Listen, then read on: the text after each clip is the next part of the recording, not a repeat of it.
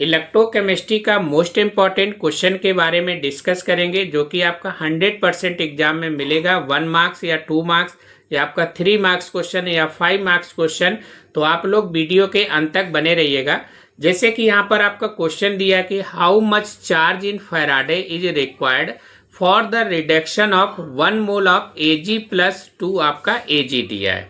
तो आपको यहाँ पर फैराडे चार्ज बताना है। तो आपको सीधा सबसे पहले रिएक्शन लिख लेना। Ag+, यहाँ पर आपका 1 इलेक्ट्रॉन है तो ये आपका बैलेंस हो जाएगा, ये Ag हो जाएगा। तो यहाँ पर N = आपका 1 हो जाएगा, क्योंकि आपका यहाँ पर 1 इलेक्ट्रॉन है। या आप इसको +1 चार्ज से भी याद कर सकते हो।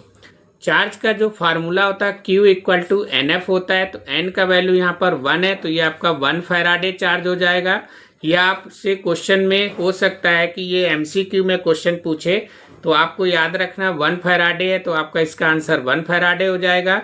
या आपका 1 फैराडे = 96500 कूलाम मोल इनवर्स इसका वैल्यू होता है। तो इसमें 1 × 96500 का मल्टीप्लाई करेंगे तो ये आपका इतना यहाँ से आंसर आपका आ जाएगा कूलाम्स। तो यही आपको यहाँ पर चार्ज कैलकुलेट करना था क्वेश्चन में। इसी तरीके से आपका यहाँ पर नेक्स्ट क्वेश्चन दिया है, सेम क्वेश्चन है, how much charge in Faraday is required for the reduction of 1 mole of Zn+2। आपका TO वाला 2 और आपका Zn दिया है। तो यहाँ पर Zn+2 प्लस आपका 2 इलेक्ट्रॉन्स, एरो आपका Zn हो जाएगा। तो यहाँ पर N का वैल्यू आपका 2 हो जाएगा। तो Q = NF होता है फार्मूला। तो ये आपका 2 फैराडे चार्ज आपका यहाँ से निकल के आ जाएगा। या आप इसमें F का वैल्यू यहाँ पर पुट कर सकते हो 96500, जो कि हमारा कूलाम मोल इनवर्स होता है।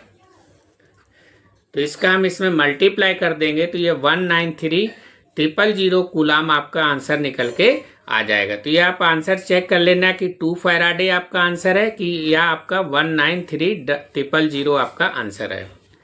इसी तरीके से सेम क्वेश्चन आपको और दिया है, how much charge in Faraday is required आपका दिया है for the reduction of 1 mole of Al+3 TO वाला 2 और आपका Al दिया है। तो यहाँ पर 3 इलेक्ट्रॉन चार्ज होगा, तो इसलिए N का वैल्यू 3 हो जाएगा। तो Q = NF होगा, तो यहाँ से आपका 3 फैराडे चार्ज हो जाएगा।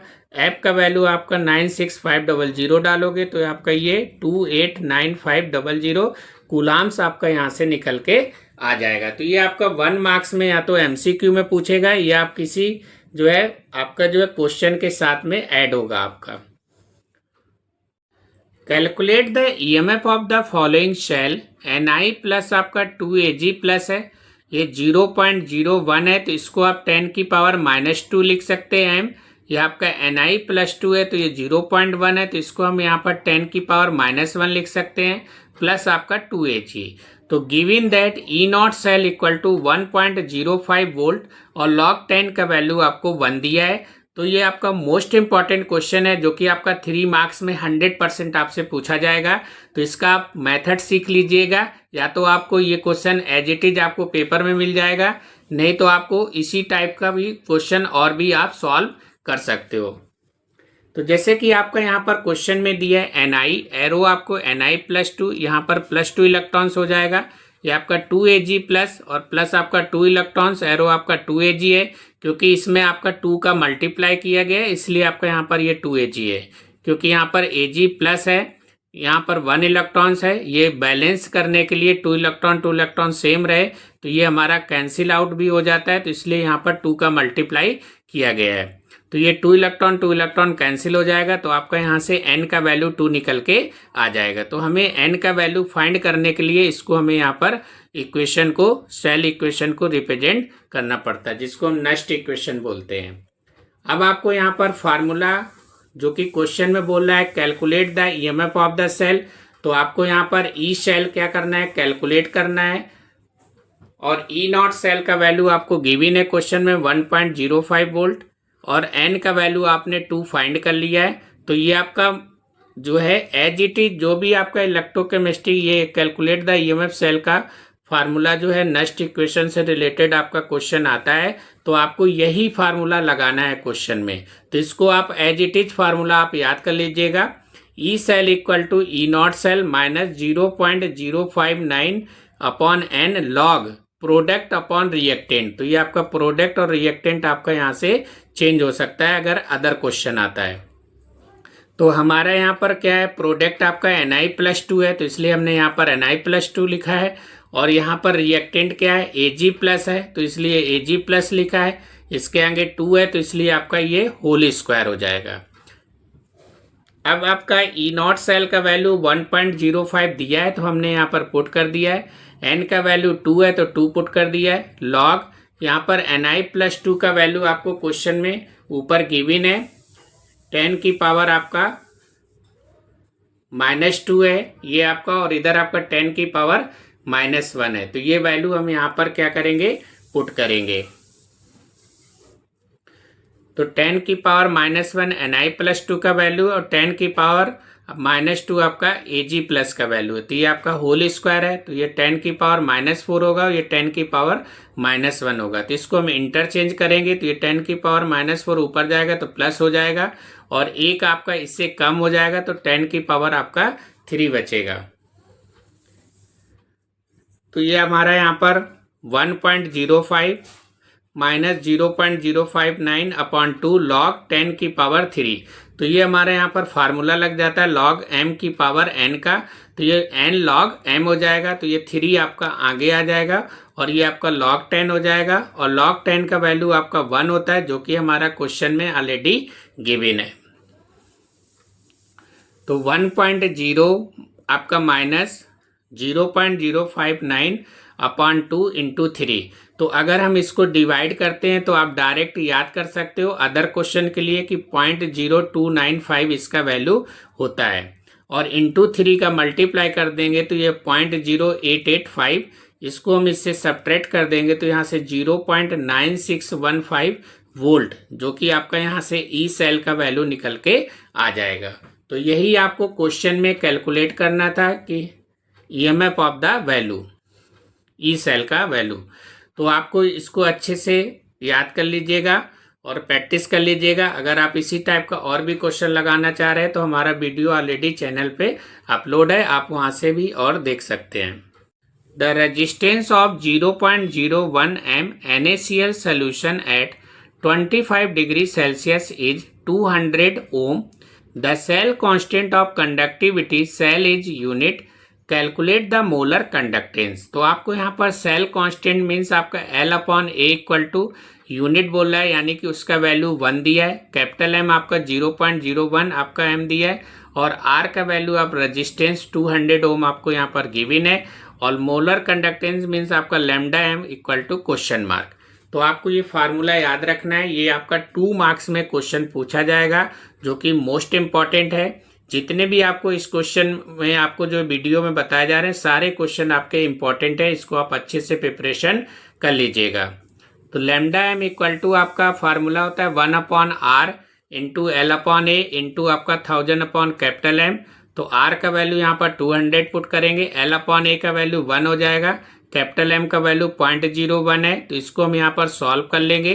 तो आपका यहाँ से 500 ScM² मोल इनवर्स, जो कि आपका λm का आपका वैल्यू निकल के आ जाएगा। नेक्स्ट क्वेश्चन दिया है हमारा, the conductivity of 0.20 m solution of KCl at 298 Kelvin is 0.025 ScM inverse, calculate its molar conductivity. तो कैपिटल M आपको यहाँ पर गिवन है, और कापा का वैल्यू आपको यहाँ पर गिवन है, और molar conductivity means λm equal to question mark. तो λm इक्वल टू हो जाएगा kappa into 1000 upon capital M। तो कापा का वैल्यू पुट करेंगे यहाँ पर, और इंटू आपका 1000, कैपिटल M का वैल्यू 0.20, तो इसको हम यहाँ पर ये पॉइंट हटाएंगे तो डिवाइड में 1000 आ जाएगा।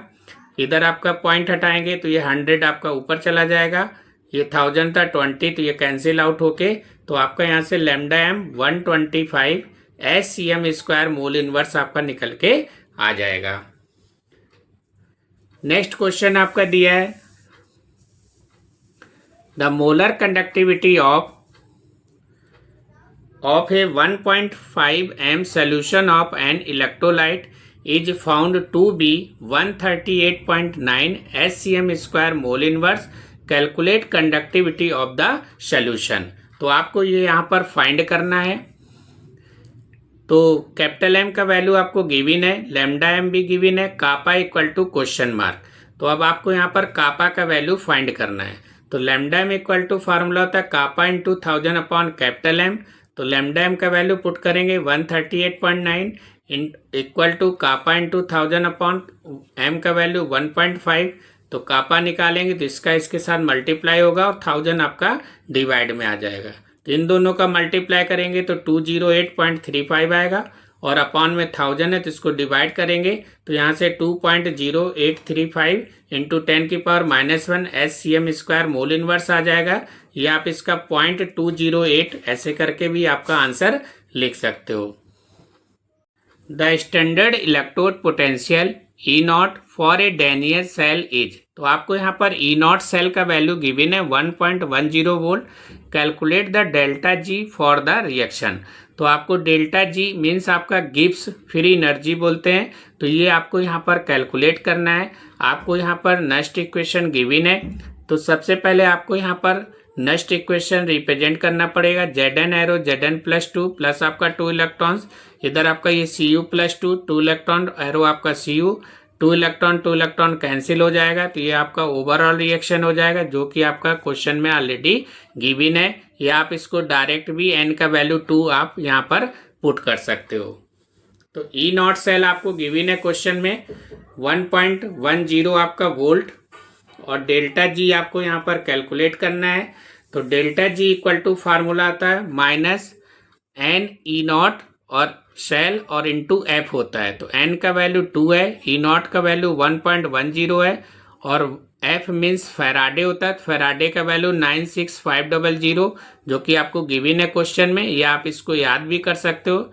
इनका सबका मल्टीप्लाई करेंगे तो 212 और आपका 3 आपका 00 जो कि जूल मोल इनवर्स आपका यहाँ से निकल के आ जाएगा। इसको हम 1000 से डिवाइड करेंगे तो ये आपका किलो जूल मोल इनवर्स आपका इसका डेल जी का यूनिट्स होता है। तो ये आपका -212.3 किलो जूल मोल इनवर्स आपका यहाँ से निकल के आ जाएगा। तो ये इंपॉर्टेंट क्वेश्चन है, 2 मार्क्स में आपसे पूछता है। आप इसका फार्मूला याद रखिएगा। और फैराडे का 96500 होता है। तो आप इसको फार्मूला को यूज करके अदर भी क्वेश्चन आप इसको सॉल्व कर सकते हो एज इट इज आपका। Draw a graph between lambda M not and आपका root C for the strong and weak electrolyte. तो ये आपका यहाँ पर स्ट्रॉन्ग इलेक्ट्रोलाइट का ग्राफ है और ये हमारा यहाँ पर वीक इलेक्ट्रोलाइट का ग्राफ है। नेक्स्ट आपका क्वेश्चन है what are fuel cell, explain the electrode reaction involve in the working of H2O2 fuel cell.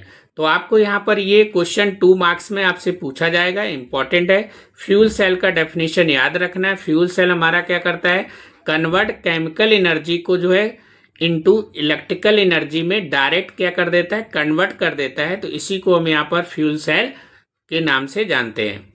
H2O2 इसका जो है एग्जाम्पल है। यहाँ पर आपको एक रिएक्शन भी जो है आपसे पूछ रहा है कि इसका रिएक्शन लिख के दिखाइए। तो H2 प्लस आपका 2OH एरो आपका 2H2O प्लस आपका 2 इलेक्ट्रॉन्स हो जाएगा। ये आपका एनोड पर है और ये हमारे यहाँ पर कैथोड पे है। ओवरऑल इसको हम यहाँ पर ऐड करेंगे तो ये आपका 2 इलेक्ट्रॉन, इसलिए 2 का इसमें मल्टीप्लाई किया गया है। तो ये 4 इलेक्ट्रॉन कैंसिल हो जाएगा। ये आपका 2H2 हो जाएगा प्लस आपका O2 हो गया। एरो इधर आपका 2H2O इधर आपका आ जाएगा। तो ये आपका यहाँ से 4H और ये भी आपका 4H क्या होगा, कैंसिल आउट हो जाएगा।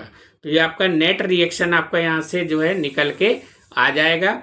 यही आपको यहाँ पर फाइंड करना था। नेक्स्ट आपसे पूछ रहा है write 2 advantage of H2O2 fuel cell over ordinary cell. तो या तो आपसे क्वेश्चन पूछेगा व्हाट इज फ्यूल सेल और writes 2 advantage of H2O2 fuel cell. तो आप इसमें से 2 एडवांटेज आप उसमें लिख सकते हो क्वेश्चन में। जैसे कि इसका फर्स्ट दिया है it's efficiency is high, it does not create pollution, H2O2 formed can be used by astronaut for drinking water, जो कि रहता है। मोस्ट इंपॉर्टेंट टॉपिक ये आपको थ्योरी में 1 मार्क्स में या 2 मार्क्स में या आपसे 3 मार्क्स में क्वेश्चन आपसे पूछ सकता है। तो ये आपका इंपॉर्टेंट थ्योरी है, आप इसको अच्छे से प्रिपरेशन कर लीजिएगा, आपको एग्जाम में मिल जाएगा। जैसे कि आपका यहाँ पर बात हो रहा है सेकेंडरी बैटरी, तो आपका बैटरी टू टाइप्स का होता है, एक प्राइमरी बैटरी होता है और एक सेकेंडरी बैटरी होता है। प्राइमरी बैटरी आपका रिचार्जेबल नहीं होता है, यानी कि वो आपका ऑलरेडी जैसे सेल, आपका घड़ी का सेल होता है तो वो आपका रिचार्जेबल नहीं होता है, उसको आप यूज करोगे और फेंक दोगे। सेकेंडरी बैटरी का मतलब होता है इसको आप रिचार्जेबल, यानी कि बार बार आप इसको चार्ज कर सकते हो, जैसे आपका मोबाइल फोन का बैटरी होता है। तो सेकेंडरी बैटरी मतलब होता है those batteries which can be recharge are called secondary batteries. Lead storage battery होता है या आपका निकल कैडमियम का बैटरी होता है आपका। एग्जाम्पल में आप इसको लिख सकते हो, तो ये आपका 1 मार्क्स का आपसे डेफिनेशन पूछ सकता है। नेक्स्ट क्वेश्चन आपका दिया है कि जो कि 2 या 3 मार्क्स में आपका 100% मिलेगा, तो आप इसको एज इट इज ऐसा ही क्वेश्चन आप इसको प्रिपरेशन कर लीजिएगा और क्वेश्चन भी आपको ऐसा ही पूछेगा जैसा आपका यहाँ पर क्वेश्चन लिखा हुआ है कि state Kohlrausch law of independent migration of ion, why does the conductivity of a solution decreases with dilution. तो आपका यहाँ पर बात हो रहा है कि it state the molar conductance of infinite dilution means आपका लैम्डा एम, जिसको हम लिमिटिंग मोलर कंडक्टिविटी के नाम से जानते हैं, of electrolyte is equal to the sum of the contribution due to the cation as well as a anion. तो cation और एनायन का जो सम होता है उसी को यहाँ पर हम मोलर कंडक्टिविटी बोलते हैं, यही हमारा कोलरास लॉ है। इसका यूनिट्स आप याद रखिएगा, SCm² मोल इनवर्स होता है, जो कि आपका इंपॉर्टेंट है। ये आपका MCQ में भी आपका यूनिट्स दे सकता है। Conductivity of a solution decreased with dilution because number of ions per unit volume decrease हो जाएगा। तो ये आपका जो सेकेंड क्वेश्चन था, why does the conductivity of a solution decreased with dilution, तो उसका ये आपका यहाँ पर आंसर लिखा हुआ है। नेक्स्ट आपका क्वेश्चन है डिफाइन लिमिटिंग मोलर कंडक्टिविटी। ये भी हमारा मोस्ट इंपॉर्टेंट है, इसको भी आप अच्छे से पढ़ लीजिएगा। It is defined as the maximum molar conductance of an electrolyte when solution is infinite dilute that is concentration approach zero when electrolyte solution is kept in cell having electrode unit distance apart of having large area of a cross section to hold enough electrolyte. तो ये आपका limiting molar conductivity का definition है, इसको preparation कर लीजिएगा। Next आपका दिया है name the type of cell was used in Apollo space program for providing electrical power, जिसको हम यहाँ पर H2O2 फ्यूल सेल के नाम से जानते हैं। यही आपका अपोलो स्पेस प्रोग्राम में जो है यूज होता है। जैसे कि यहाँ पर आपका right the formula for expressing rate of reaction N2 + 3H2 arrow आपका 2NH3। तो आपको यहाँ पर रिएक्शन गिवन है और हमें यहाँ पर रेट ऑफ रिएक्शन फाइंड करना है। तो ये क्वेश्चन आपका 1 मार्क्स में आपसे पूछा जाएगा। तो ये क्वेश्चन आपको MCQ में भी मिल सकता है या आपसे जो है किसी क्वेश्चन के साथ में ऐड करके आपको 1 मार्क्स में पूछ लेगा।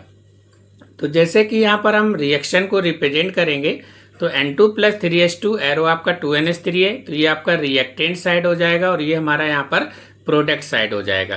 तो इधर आपका रिएक्टेंट साइड में डिक्रीज कंसंट्रेशन होगा तो आपका नेगेटिव साइन होगा, और इधर का आपका प्रोडक्ट साइड में इंक्रीज कंसंट्रेशन होगा तो आपका पॉजिटिव साइन होगा। जब भी हम रेट ऑफ रिएक्शन को लिखेंगे तो इक्वल का साइन लगा के हम यहाँ पर रिप्रेजेंट करेंगे। तो इधर आपका दिया है रिएक्टेंट साइड का, तो -D कंसंट्रेशन N2 अपॉन आपका dt हो जाएगा। इसी को आप डेल N2 अपॉन डेल टी भी रिप्रेजेंट कर सकते हो। इक्वल आपका -1/3 D concentration H2 upon dt हो जाएगा, equal 1/2 D concentration NH3 upon del T आपका dt हो जाएगा। तो ये आपका पॉजिटिव साइन है, तो इसलिए आपका यहाँ पर पॉजिटिव साइन मेंशन नहीं किया गया। ये आपका नेगेटिव साइन था दिस साइड, तो इसमें आपका नेगेटिव साइन लगेगा। तो ये आपको याद रखना है। नेक्स्ट रिएक्शन आपको यहाँ पर दिया है कि नाउ कंसीडर द रिएक्शन। तो हमने एक रिएक्शन यहाँ पर कंसीडर किया है Hg + Cl2 एरो आपका HgCl2। तो इसका भी हम रेट ऑफ रिएक्शन सेम लिखेंगे। दिस साइड आपका क्या होगा, नेगेटिव साइन होगा, और दिस साइड आपका क्या होगा, पॉजिटिव साइन होगा। तो ये आपका डी कंसंट्रेशन आपका Hg अपॉन आपका dt हो जाएगा, इक्वल इधर आपका minus D concentration Cl2 upon dt हो जाएगा, इक्वल डी कंसंट्रेशन आपका HgCl2 अपॉन आपका dt हो जाएगा। इसी तरीके से आपका यहाँ पर नेक्स्ट क्वेश्चन आपका है, नेक्स्ट आपका यहाँ पर रिएक्शन दिया है 2HI एरो आपका H2 प्लस I2 हो गया। तो ये आपका रिएक्टेंट साइड है और ये आपका क्या है, प्रोडक्ट साइड है। रिएक्टेंट साइड आपका नेगेटिव साइन रहेगा और प्रोडक्ट साइड आपका पॉजिटिव साइन रहेगा। तो rate of reaction equal to, ये आपका 2 है तो ये -1/2 आ जाएगा, डी कंसंट्रेशन आपका HI अपॉन आपका dt हो जाएगा, equal to D concentration H2 upon dt और equal to D concentration I2 upon dt। तो इस तरीके से हम रेट ऑफ रिएक्शन का यहाँ पर हम इसको जो है रिप्रेजेंट कर सकते हैं। नेक्स्ट आपका रिएक्शन दिया है, ये आप वाला आपका जो रिएक्शन है इंपॉर्टेंट है, ये आपका MCQ में जो है ऑप्शन में दिया होगा, तो आपको याद रखना है कि इसमें कौन सा ऑप्शन आपसे पूछ रहा है। तो जैसे आपको यहाँ पर दिया 5Br माइनस प्लस आपका BrO3 माइनस प्लस आपका 6H प्लस एरो आपका 3Br2 प्लस आपका 3H2O। तो इसका हम रेट ऑफ रिएक्शन लिखेंगे इक्वल टू, तो दिस साइड आपका नेगेटिव साइन रहेगा और दिस साइड आपका पॉजिटिव साइन रहेगा। तो ये आपका -1/5 आ जाएगा, डी कंसंट्रेशन आपका Br माइनस अपॉन आपका dt हो जाएगा, equal to minus D concentration BrO3 minus upon आपका dt हो गया, इक्वल टू ये आपका 6 है तो इधर डिवाइड में आ जाएगा -1/6 D concentration H plus upon dt हो जाएगा, equal to 1/3 D Br2 upon dt हो जाएगा। अब आपका ये पॉजिटिव साइड हो जाएगा क्योंकि यहाँ पर हमारा प्रोडक्ट साइड का लिख रहे हैं, equal to 1/3 D concentration H2 upon dt। तो इस तरीके से हम रेट ऑफ रिएक्शन का जो है, किसी भी रिएक्शन का जो है हम रेट ऑफ रिएक्शन फाइंड कर सकते हैं। Unit of rate constant K, अब हमें यहाँ per unit of rate constant K का बताना है। तो K इक्वल टू आपका रेट अपॉन कंसंट्रेशन A की पावर x हो जाएगा और कंसंट्रेशन B की पावर y हो जाएगा। रेट का हम जो यूनिट्स की बात करेंगे तो आपको कंसंट्रेशन अपॉन टाइम लिखना है इनटू 1 अपॉन, तो ये आपका x प्लस y ऐड होके n हो जाएगा, तो इसको हम यहाँ पर कंसंट्रेशन की पावर n बोलेंगे। तो ये हमारा यहाँ पर फार्मूला है। किसी भी ऑर्डर का आप यहाँ से यूनिट निकाल सकते हो, 0 order, first order, second order, third order, fourth order, किसी भी ऑर्डर का आपको यहाँ से यूनिट फाइंड कर सकते हो। तो वेयर जो आपका कंसंट्रेशन A है वो हमारा कंसंट्रेशन B के क्या होगा, इक्वल होगा। अब आपको यहाँ पर याद रखना है कि जो SI यूनिट्स ऑफ जो है कंसंट्रेशन है, तो कंसंट्रेशन का यूनिट जो होता है वो हमारा यहाँ पर मोल लीटर इनवर्स होता है, टाइम का जो रहता है वो आपका सेकेंड रहता है। अब आपका जो है ये क्वेश्चन जो है MCQ में ये आपका किसी क्वेश्चन के साथ में 1 मार्क्स का आपको ऐड करके दे देगा कि 0 ऑर्डर रिएक्शन का यूनिट्स क्या है, फर्स्ट ऑर्डर रिएक्शन का यूनिट क्या है और आपका सेकेंड ऑर्डर रिएक्शन का यूनिट क्या है। तो आपको जो है ये यूनिट याद रखना है, मोस्ट इंपॉर्टेंट है। तो जैसे कि यहाँ पर आपसे पूछ रहा है 0 ऑर्डर रिएक्शन, तो ऑर्डर n का वैल्यू आपका यहाँ पर क्या है, 0 है। तो जैसे कि अभी हमने फार्मूला बताया था कि कंसंट्रेशन अपॉन टाइम होता है, तो ये आपका मोल लीटर इनवर्स कंसंट्रेशन का हो गया, टाइम का क्या हो गया, सेकेंड हो गया, into 1 upon mole litre inverse के पावर 0। तो ये आपका फार्मूला यहाँ पर यूज हो रहा है। कंसंट्रेशन का यूनिट क्या था, मोल लीटर इनवर्स, टाइम का आपका सेकेंड हो जाएगा, into 1 upon mole litre inverse और n का वैल्यू क्या है, 0, तो आपका यहाँ पर 0 पुट हो जाएगा। तो यही फार्मूला आपका यहाँ पर टेबल में यूज हो रहा है। किस तरीके से हम फार्मूला को यहाँ पर निकाल सकते हैं, मीन्स SI यूनिट्स। तो आपको यहाँ पर 0 ऑर्डर की बात हुआ था, तो कंसंट्रेशन की जगह पर मोल लीटर इनवर्स और टाइम की जगह पर सेकेंड हो गया, into 1 upon mole litre inverse और पावर में 0, n का वैल्यू 0, क्योंकि यहाँ पर 0 ऑर्डर का आपसे पूछ रहा है। तो किसी के पावर में 0 रहेगा वेरिएबल के, तो वो वैल्यू आपका 1 हो जाएगा।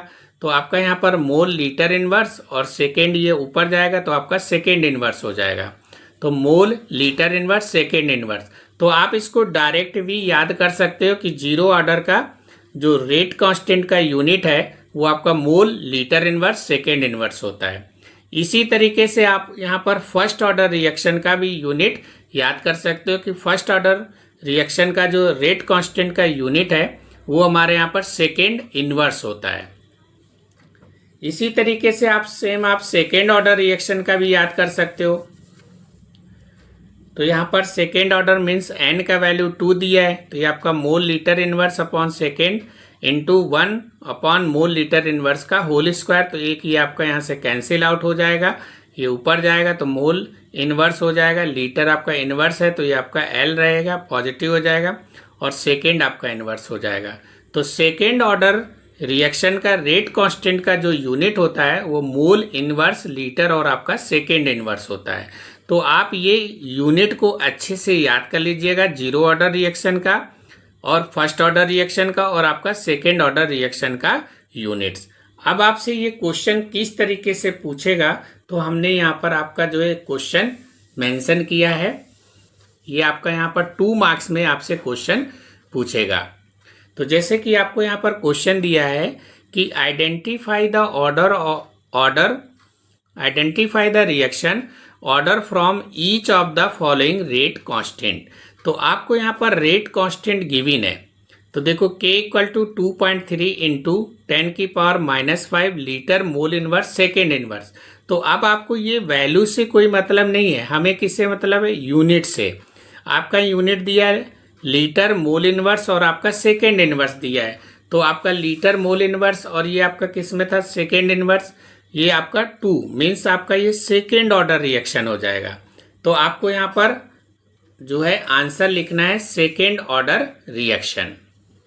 इसी तरीके से k इक्वल टू 3 इंटू 10 की पावर -4 सेकेंड इनवर्स दिया है। तो आपको याद रखना है कि सेकेंड इनवर्स किसका यूनिट था, हमारा फर्स्ट ऑर्डर रिएक्शन का। तो आपको आंसर में सेकेंड ऑर्डर रिएक्शन लिखना है और आपको यहाँ पर फर्स्ट ऑर्डर रिएक्शन लिखना है। तो ये आपको इसी तरीके से आपसे क्वेश्चन पूछेगा। Order of a reaction, the sum of power of the concentration of the reactant in the rate law expression is called the order of that chemical reaction. तो मीन्स आपको यहाँ पर बोला है कि जो कोई भी रिएक्शन रहेगा, रिएक्टेंट साइड का हम यहाँ पर रेट लॉ एक्सप्रेशन निकालेंगे और जो उसका पावर रहेगा वो हमारे यहाँ पर क्या होगा, सम हो जाएगा। तो जैसे कि हमने यहाँ पर एक जनरल रिएक्शन रिप्रेजेंट किया है, तो इसका हम रेट लॉ किस तरीके से यहाँ पर लिखेंगे, small A capital A plus आपका small B capital B, arrow आपका small C capital C plus आपका स्मॉल डी और आपका कैपिटल डी। तो यहाँ पर जो रेट लॉ एक्सप्रेशन लिखेंगे वो हमारा रिएक्टेंट साइड का यहाँ पर लिखा जाता है। तो rate equal to K concentration A की पावर x हो जाएगा और कंसंट्रेशन बी के पावर y हो जाएगा। तो ऑर्डर ऑफ रिएक्शन का जो फार्मूला होता है वो n equal to x plus y होता है। मीन्स आपका जो पावर होता है वो पावर हमारे यहाँ पर ऐड हो जाता है। उस पावर जब आपका ऐड हो जाएगा तो आपका वहाँ से ऑर्डर ऑफ रिएक्शन फाइंड होके आ जाएगा। तो इसी को यहाँ पर हम ऑर्डर ऑफ रिएक्शन बोलते हैं। तो डेफिनेशन में भी वही आपका मेंशन है, the sum of the power of the concentration of the reactant का। तो अब हम यहाँ पर क्वेश्चन के बारे में डिस्कस करेंगे कि आपसे क्वेश्चन किस तरीके से बोर्ड एग्जाम में आपसे पूछेगा। तो जैसे कि हमने यहाँ पर ये क्वेश्चन मेंशन किया है, for a reaction A plus B, arrow आपका प्रोडक्ट दिया है, the rate law is given by R equal to K concentration A की पावर 1/2 और इधर आपका कंसंट्रेशन बी के power 2, what is the order of reaction. तो आपको यहाँ पर ऑर्डर ऑफ रिएक्शन बताना है। ये क्वेश्चन आपका जो है 1 मार्क्स में आपसे पूछ सकता है। अगर आपका 2 पार्ट दिया होगा तो फिर आपका 2 मार्क्स में आपका क्वेश्चन पूछेगा। तो सबसे पहले यहाँ पर जो रेट आपका लिखा है, तो रेट आप इसको लिख लेंगे 1/2 और ये आपका कंसंट्रेशन आपका जो है बी के पावर 2 दिया है। तो ऑर्डर ऑफ रिएक्शन का फार्मूला बताया था कि n equal to x plus y होता है। मीन्स जो इसका पावर है वो पावर हमारा यहाँ पर क्या होगा, ऐड हो जाएगा। तो 1/2 प्लस आपका 2 हो जाएगा, इधर एलसीएम ले लेंगे तो 5/2 हो जाएगा। तो ये हमारा फ्रैक्शनल ऑर्डर ऑफ रिएक्शन आपका यहाँ से निकल के आ जाएगा, क्योंकि आपका ये फ्रैक्शन के फॉर्म में यहाँ पर दिया हुआ है। सेकेंड क्वेश्चन आपका इसी तरीके है, for a reaction A plus B, arrow आपका product, the rate law is given by, तो रेट आपको यहाँ पर गिवन है, what is the order of reaction, तो आपको यहाँ पर भी ऑर्डर ऑफ रिएक्शन बताना है। तो rate equal to K, concentration A की पावर 1 है और कंसंट्रेशन बी के पावर 2 है। तो ऑर्डर ऑफ रिएक्शन का फार्मूला था N equal to x plus y, यानी कि सम ऑफ पावर। तो पावर का यहाँ पर सम हो जाएगा, तो 2 + 1 तो टोटल आपका 3 हो जाएगा। तो आपका यहाँ से थर्ड ऑर्डर ऑफ रिएक्शन का ये जो है रेट एक्सप्रेशन आपको यहाँ पर गिवन है। तो इस तरीके से हम आपको रेट गिवन होगा और ऑर्डर ऑफ रिएक्शन आप यहाँ से फाइंड कर सकते हो। नेक्स्ट क्वेश्चन आपको यहाँ पर सेम पूछ रहा है, for a reaction A plus B arrow आपका product the rate law is given by R equal to K, concentration A की पावर 3/2 और इधर आपका कंसंट्रेशन बी के पावर में -1 दिया है। तो आपको क्या करना है, ऐड करना है दोनों को। तो ऑर्डर ऑफ रिएक्शन 3/2 -1 हो जाएगा, तो एलसीएम ले लेंगे तो ये आपका 1/2 आ गया। तो इसको आप फ्रैक्शनल ऑर्डर ऑफ रिएक्शन बोल सकते हैं या आप इसको हाफ ऑर्डर ऑफ रिएक्शन भी बोल सकते हैं। मोस्ट इंपॉर्टेंट क्वेश्चन जो कि आपका ये 3 मार्क्स में आपसे क्वेश्चन पूछा जाएगा, A reaction is a second order in A and आपका first order in B, right the differential rate equation, how is the rate affected on increasing the concentration of A 3 times, how is the rate affected when the concentration of both A and B are double. तो सबसे पहले आपको यहाँ पर क्या करना है, rate expression लिखना है, जो कि आपका यहाँ पर क्वेश्चन में बोला है सेकेंड ऑर्डर ए है और फर्स्ट ऑर्डर आपका क्या है, बी है। तो जब भी हम रेट ऑफ रिएक्शन को यहाँ पर लिखते हैं रेट लॉ, तो या तो उसको रेट इक्वल टू लिखिएगा या आप dx/dt करके भी आप यहाँ पर रिप्रेजेंट कर सकते हैं, क्योंकि आपके क्वेश्चन में डिफरेंशियल रेट बोला है तो इसलिए आपको यहाँ पर dx/dt लिखना है। अगर आपका यहाँ पर डिफरेंशियल वर्ड नहीं होता तो आप इसको रेट इक्वल टू भी रिप्रेजेंट कर सकते थे। तो आपका यहाँ पर सेकेंड ऑर्डर ए बोल रहा है तो के कंसंट्रेशन ए की पावर 2 हो जाएगा और इधर फर्स्ट ऑर्डर इन बी बोल रहा है तो बी कंसंट्रेशन बी के पावर क्या होगा, 1 होगा। तो इस तरीके से हम यहाँ पर right the differential rate equation को जो है रिप्रेजेंट कर सकते हैं। सेकेंड क्वेश्चन बोला how is the rate affected on increasing the concentration of A 3 times, मतलब ए इक्वल टू आपको यहाँ पर 3a क्या करना है, पुट करना है इक्वेशन 1 में। तो आपको यहाँ पर a का वैल्यू 3a यहाँ पर पुट करना है, तो ये आपका dx/dt equal to K concentration 3a का होल स्क्वायर और कंसंट्रेशन आपका b हो जाएगा। तो ये a की जगह पर आपका 3a आपका यहाँ पर पुट किया गया, तो आपका 3 का स्क्वायर 9 हो जाएगा, के कंसंट्रेशन ए का स्क्वायर और कंसंट्रेशन बी का स्क्वायर। तो ये आपका जो रेट होगा, द रेट विल इंक्रीज आपका 9 times। ये आपका यहाँ पर ये रिएक्शन दिया है तो ये आपका सेम हो गया, 9 आपका नहीं था तो आपका ये 9 times क्या होगा, इंक्रीज हो जाएगा। तो इस तरीके से ये सेकेंड क्वेश्चन का आपका यहाँ पर आंसर निकल के आ जाएगा। अब थर्ड क्वेश्चन बोल रहा है कि how is the rate affected when the concentration of both A and B are double. Means आपको यहाँ पर क्वेश्चन में क्या करना है, ए की जगह पर आपको 2a पुट करना है इसमें और बी की जगह पर भी आपको यहाँ पर 2b पुट करना है। तो जैसे कि आपका यहाँ पर मेंशन है तो रेट हमारा एक्सप्रेशन सेम ही रहेगा, dx/dt इक्वल टू के, आपका कंसंट्रेशन ए की जगह आपका 2a तो ये आपका 2a का स्क्वायर हो जाएगा, कंसंट्रेशन बी की जगह आपका 2b तो ये 2b हो जाएगा। 2a का स्क्वायर मीन्स आपका ये 4 ए का स्क्वायर होगा तो 4 × 2 तो आपका 8 हो जाएगा, 8k और ये आपका यहाँ पर क्या होगा, स्क्वायर और ये आपका b हो जाएगा। तो ये टर्म्स आपका पहले से था, इसका मतलब ये जो आपका रिएक्शन इंक्रीज होगा, the rate will increase 8 times। तो आपका ये थर्ड जो है क्वेश्चन का आपका आंसर यहाँ से निकल के आ जाएगा।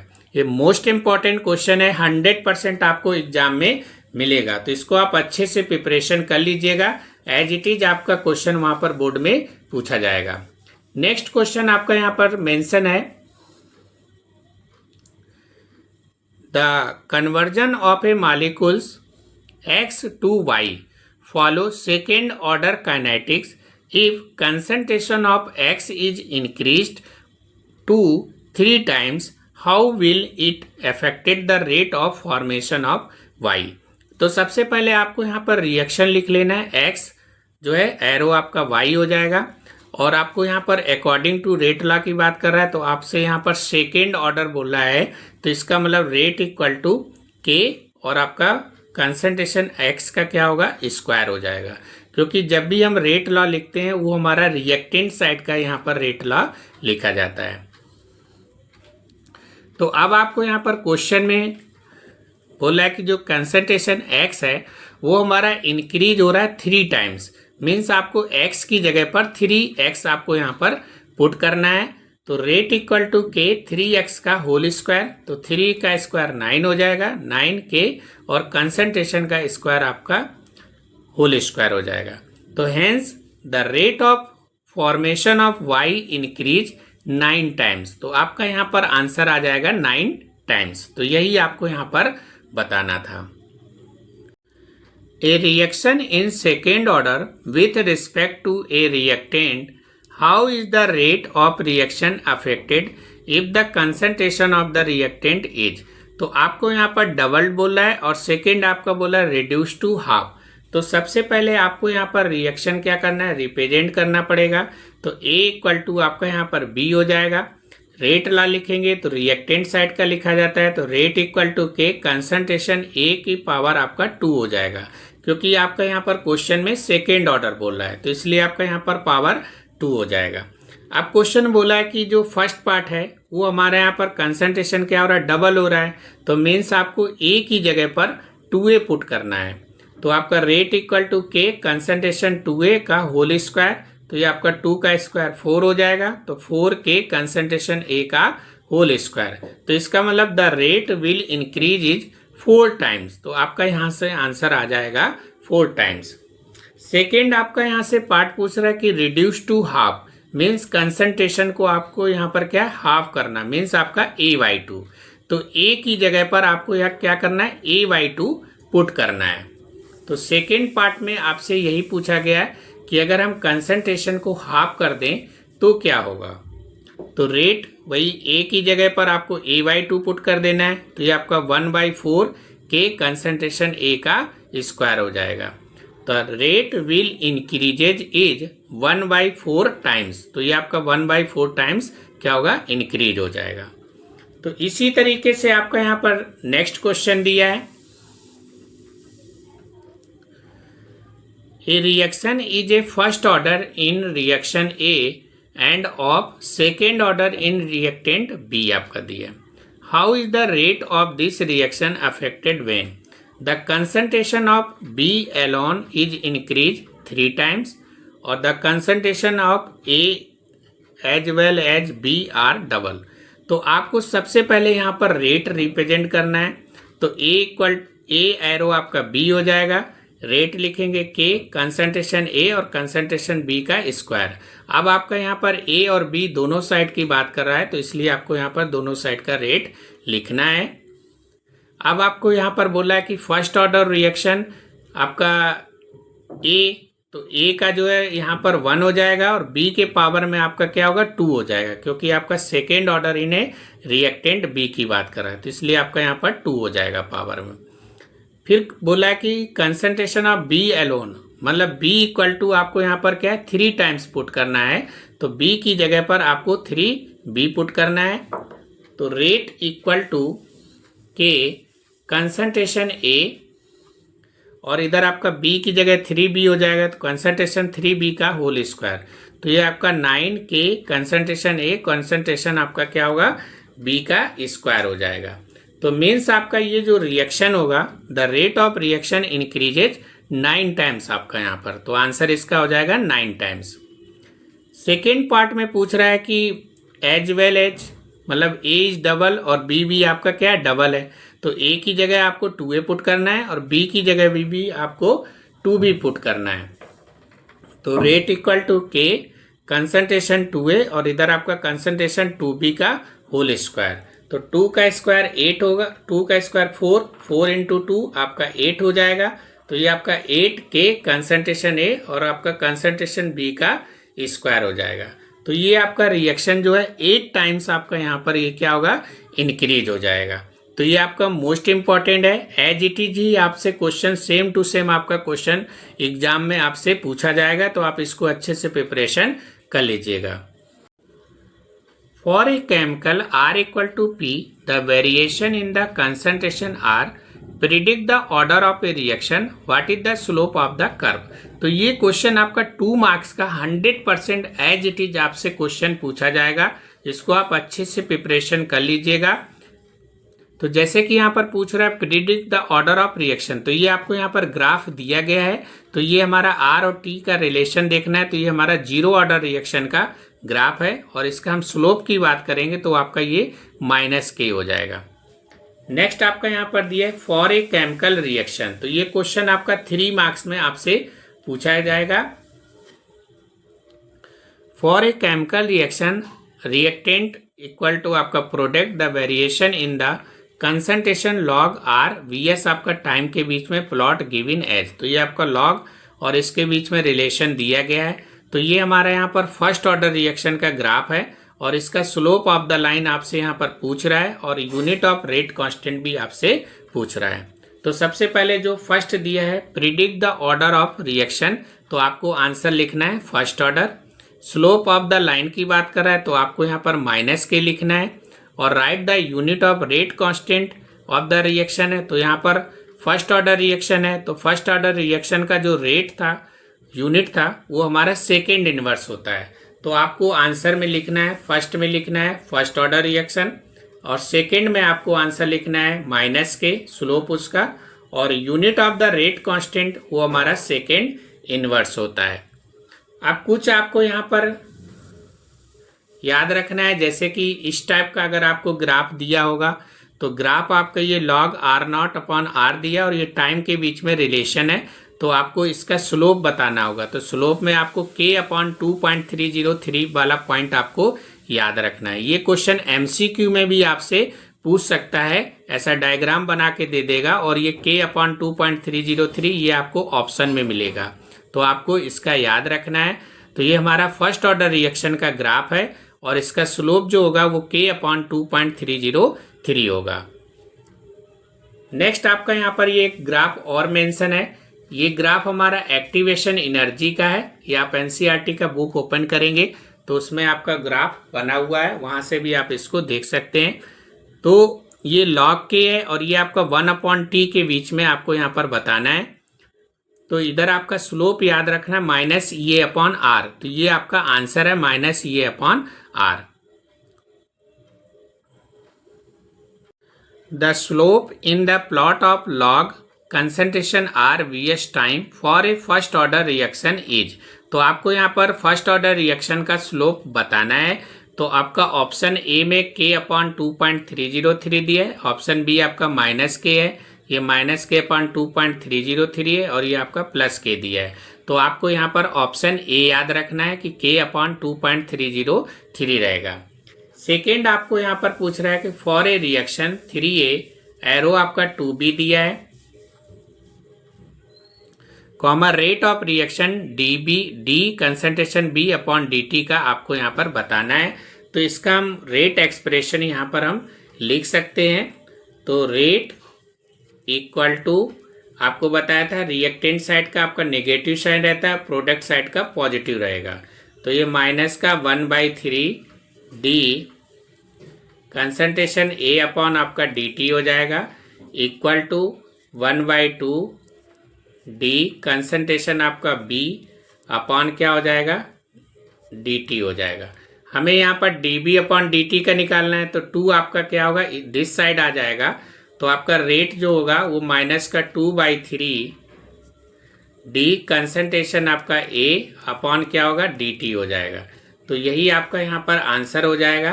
तो आपको dB/dt का वैल्यू बताना है। तो आपका यहाँ पर ऑप्शन क्या होगा, बी हो जाएगा, -2/3 D कंसंट्रेशन A/dt। तो ये आपका यहाँ पर ऑप्शन बी हो जाएगा। नेक्स्ट आपका यहाँ पर दिया है the slope in the plot of concentration R vs time for a zero order reaction is. तो तो आपको यहाँ पर जीरो ऑर्डर रिएक्शन का बताना है। तो जीरो ऑर्डर रिएक्शन के लिए आपको याद रखना है माइनस के आपका यहाँ पर स्लोप होता है।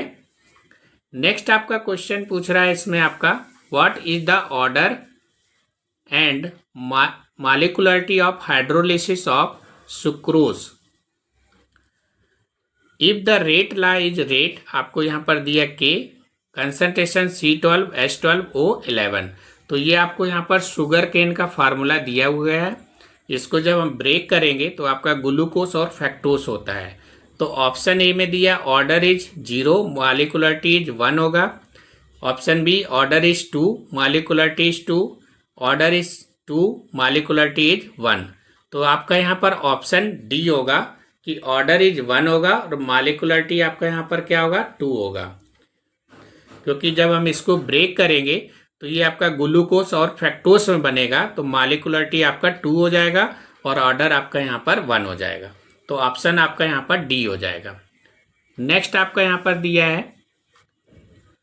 The unit of rate constant depend upon the. तो रेट कांस्टेंट का जो यूनिट होता है वो हमारा ऑर्डर ऑफ रिएक्शन के ऊपर आपका डिपेंड करता है। तो आपका यहाँ पर ऑप्शन क्या होगा, सी हो जाएगा, ऑर्डर ऑफ द रिएक्शन। तो ये मोस्ट इंपॉर्टेंट एमसीक्यू है, इसको आप अच्छे से प्रिपरेशन कर लीजिएगा। Why the molecularity of a reaction can not be zero. तो it can never be zero because if no molecule participate no reaction is possible, hence the minimum molecularity is 1। तो आपका मिनिमम मॉलिक्युलरिटी 1 होना चाहिए, तभी आपका ये रिएक्शन क्या होगा, पॉसिबल होगा, अदरवाइज नहीं होगा। नेक्स्ट क्वेश्चन यहाँ पर दिया the rate of reaction decreases with the progress of reaction why. तो आपको यहाँ पर आंसर में लिखना है the rate of reaction depend on the concentration of the reactant, since the concentration of reactant decreases with time, so rate of reaction also क्या होगा, decrease हो जाएगा। नेक्स्ट आपका यहाँ पर क्वेश्चन है give an example of zero order reaction. तो आपको यहाँ पर जीरो ऑर्डर रिएक्शन का एग्जाम्पल बताना है। यह आपसे सेकेंड क्वेश्चन इसी में और में पूछ सकता है what is the order of photochemical reaction. तो ये आपके 1 मार्क्स क्वेश्चन है, इसको अच्छे से प्रिपरेशन कर लीजिएगा। फोटोकेमिकल डिकम्पोजिशन ऑफ HI, जैसे कि यहाँ पर 2HI है, इसको अगर हम ब्रेक करेंगे तो H2 प्लस I2 में हो जाएगा। तो इन प्रेजेंस ऑफ लाइट के होगा ये आपका रिएक्शन। नेक्स्ट क्वेश्चन है why molecularity of reaction can never be fractional. तो क्यों नहीं होता है फ्रैक्शनल में, तो आपको आंसर में लिखना है molecularity is a simple count of molecules taking part in an elementary reaction, so it is always a whole number. Whole number means आपका 0, 1, 2, 3, 4, 5, 6 जो है 7, 8, 9 तक, यानी कि 0 से 9 तक का जो ऑर्डर होगा वही आपका ये क्या है, जो है एलिमिनेटरी रिएक्शन आपका यहाँ पर लेगा। तो उसी का यहाँ पर डिस्कस कर रहे हैं। मॉलिक्युलरिटी में हमारा 0 से 9 तक आपका रहता है। तो आपको जो है इस तरीके से यहाँ पर रिप्रेजेंट करके आप इसको बता सकते हैं। नेक्स्ट क्वेश्चन है why is the order of a reaction not necessary and integer. अब आपका यहाँ पर इंटीजर की बात कर रहा है, क्यों नहीं होता है, because order is obtained experimentally and may be fractional और जीरो। तो फ्रैक्शनल हो सकता है बट मे बी आपका वर्ड यहाँ पर जो है मेंशन है और आपका 0 रहेगा। नेक्स्ट आपका यहाँ पर दिया है what is the unit of rate constant for a first order reaction. तो आपको यहाँ पर याद रखना है फर्स्ट ऑर्डर रिएक्शन का बताया था कि सेकेंड इनवर्स इसका जो है यूनिट्स होता है। मोस्ट इंपॉर्टेंट डेफिनेशन जो कि आपका 100% 1 मार्क्स या 2 मार्क्स में आपसे पूछा जाएगा। Define order of a reaction, the sum of the power of concentration terms in the rate law expression is called the order of a reaction. Next आपका यहाँ पर है difference between order and molecularity. तो आपको याद रखना है order और मॉलिक्युलरिटी के बारे में पूछ रहा है। तो ऑर्डर आपका क्या है, रेट लॉ एक्सप्रेशन रिप्रेजेंट करता है और मॉलिक्युलरिटी आपका एलिमिनेटरी स्टेप आपका रहता है। तो जैसे कि यहाँ पर order is experimentally determined from the rate law और while molecularity is the actual number of species taking part in a elementary steps. Next हमारा यहाँ पर दिया है what is half life reaction. तो आपको यहाँ पर हाफ लाइफ रिएक्शन का डेफिनेशन याद रखना है। The time required for the concentration of a reactant to reduce to half. तो यानी कि जो कंसंट्रेशन हमारा ए होता है उसका क्या होगा, हाफ हो जाएगा, यानी कि A/2 of its initial value is called half life. तो जैसे कि यहाँ पर इनिशियल कंसंट्रेशन मान लो आपका ए है, तो रिड्यूस कंसंट्रेशन क्या होगा, A/2 हो जाएगा। तो ये हाफ लाइफ का फार्मूला है T12 = 0.693 अपॉन K। तो इसमें आपको फर्स्ट ऑर्डर रिएक्शन का फार्मूला यूज करके उसमें A की जगह पर आपको A/2 पुट करोगे तो ये हाफ लाइफ का आपका फार्मूला निकल के आ जाएगा। तो ये आपका डेफिनेशन में पूछेगा तो आप इसको एज इट इज वहां पर रिप्रेजेंट कर दीजिएगा। नेक्स्ट आपका यहाँ पर जो है क्वेश्चन है, how does change in temperature affect the rate of reaction, how can this affect the rate constant of the reaction represent आपका क्वांटिटेटिवली दिया है। तो rate of reaction increases with increase in temperature. अगर reaction का rate increase होगा तो उसके साथ साथ टेम्परेचर भी हमारा यहाँ पर इंक्रीज होगा। The rate of reaction nearly doubles with the 10 times आपका क्या है, rise in temperature as shown in figure. जैसे कि आपको यहाँ पर दिखाया कि टेम्परेचर T था तो ये आपका रेट एक्सप्रेशन T + 10 डिग्री आपका ये क्या होगा, इंक्रीज हो जाएगा। तो एनर्जी ऑफ एक्टिवेशन को रिप्रेजेंट कर रहा है। This are a show formation of additional molecules which आपका react at a T + 10 degree आपका यहाँ पर शो कर रहा है। तो इस तरीके से इस क्वेश्चन को आप वहाँ पर रिप्रेजेंट कर सकते हैं। Distribution the curve showing the temperature dependence of the rate of reaction. तो ये टेम्परेचर को आपको यहाँ पर शो कर रहा है। तो आप इस क्वेश्चन को बहुत अच्छे से प्रिपरेशन कर लीजिएगा, आपको एज इट इज एग्जाम में आपको वहाँ पर रिप्रेजेंट करना है। What is pseudo first order reaction. तो सीडो ऑर्डर रिएक्शन मीन्स आप फर्स्ट ऑर्डर जो रिएक्शन होता है उसी को हम यहाँ पर सीडो फर्स्ट ऑर्डर रिएक्शन के नाम से भी जानते हैं। The reaction which is biomolecular but order is क्या होगा, 1 is called pseudo first order reaction. तो आपको पता ही है कि जिसका ऑर्डर 1 होगा रिएक्शन का तो वो हमारा फर्स्ट ऑर्डर है। तो फर्स्ट ऑर्डर रिएक्शन को ही हम सीडो फर्स्ट ऑर्डर रिएक्शन भी जो है बोलते हैं। अब आपका नेक्स्ट क्वेश्चन है डिफाइन एक्टिवेशन एनर्जी। ये आपका 2 मार्क्स में आपसे डेफिनेशन में पूछा जाएगा। तो एक्टिवेशन एनर्जी को हम EA से रिप्रेजेंट करते हैं। तो activation energy is the extra energy which must be supplied to the reactant so that they can undergo effective collision to form product. तो आर्नियस इक्वेशन का फार्मूला K = A (e⁻⁻A/RT होता है। A आपका यहाँ पर आर्नियस कांस्टेंट हो जाएगा, K आपका रेट कांस्टेंट है, ये आपका यहाँ पर एक्टिवेशन एनर्जी है, R आपका यहाँ पर गैस कांस्टेंट हो जाएगा और T आपका यहाँ पर टेम्परेचर हो जाएगा। तो अब हमारा जो फार्मूला में मेन जो न्यूमेरिकल आता है उसमें आपका ये फार्मूला यूज होगा। तो log K2/K1 = A/19.147 ब्रैकेट में 1/T1 - 1/T2। तो ये आप डायरेक्ट फार्मूला जो है इसको यूज कर सकते हो न्यूमेरिकल के में, जो आपका न्यूमेरिकल आता है तो उसमें आप ये डायरेक्ट फार्मूला को यूज कर सकते हो। नेक्स्ट यहाँ पर हमारा क्वेश्चन है what will be the effect of temperature on rate constant. ये आपका 2 मार्क्स में 100% आपसे पूछा जाएगा। The rate constant for a reaction nearly become double with the about 10 degree rise in temperature. तो आपको ये वर्ड की याद रखना है, double with about 10 degree rise in temperature, because of the fact that the effective collision becomes almost double the exact dependence of the reaction rate on temperature is given by Arrhenius equation। तो आपको यहाँ पर Arrhenius equation को represent कर देना है। Main keyword आपका ये यहाँ से डबल विथ अबाउट 10 डिग्री आपका राइज इन टेम्परेचर, तो ये आपको यहाँ पर याद रखना है। A reaction is first order and 75% complete in 90 minutes. Find the rate constant. तो आपको यहाँ पर T75% इक्वल टू 90 मिनट्स, यानी कि 75 रिएक्शन को कंप्लीट होने में 90 मिनट लगता है, तो उसका रेट कांस्टेंट क्या होगा, यानी कि K का वैल्यू आपको यहाँ पर फाइंड करना है। तो आपको T75% इक्वल टू 90 मिनट्स आपको यहाँ पर दिया गया है और रेट कांस्टेंट कैलकुलेट करना है, तो K equal to question mark हो जाएगा। फर्स्ट ऑर्डर रिएक्शन का फार्मूला याद रखना है, K equal to 2.303 upon T log concentration R0 upon R होता है। यहाँ पर रिड्यूस कंसंट्रेशन की बात करेंगे तो आपका यहाँ पर 75% रिएक्शन कंप्लीट हो रहा है, तो इसका मतलब 25% आपका रिएक्शन क्या है, रिमेनिंग बच रहा है। तो आपका 100 से 75 को कम करेंगे तो आपका 25 बचा, तो 25 अपॉन 100 R0 हो जाएगा। इसको हम कैंसिल आउट करेंगे तो यहाँ पर R का वैल्यू 1/4 R0 हो जाएगा।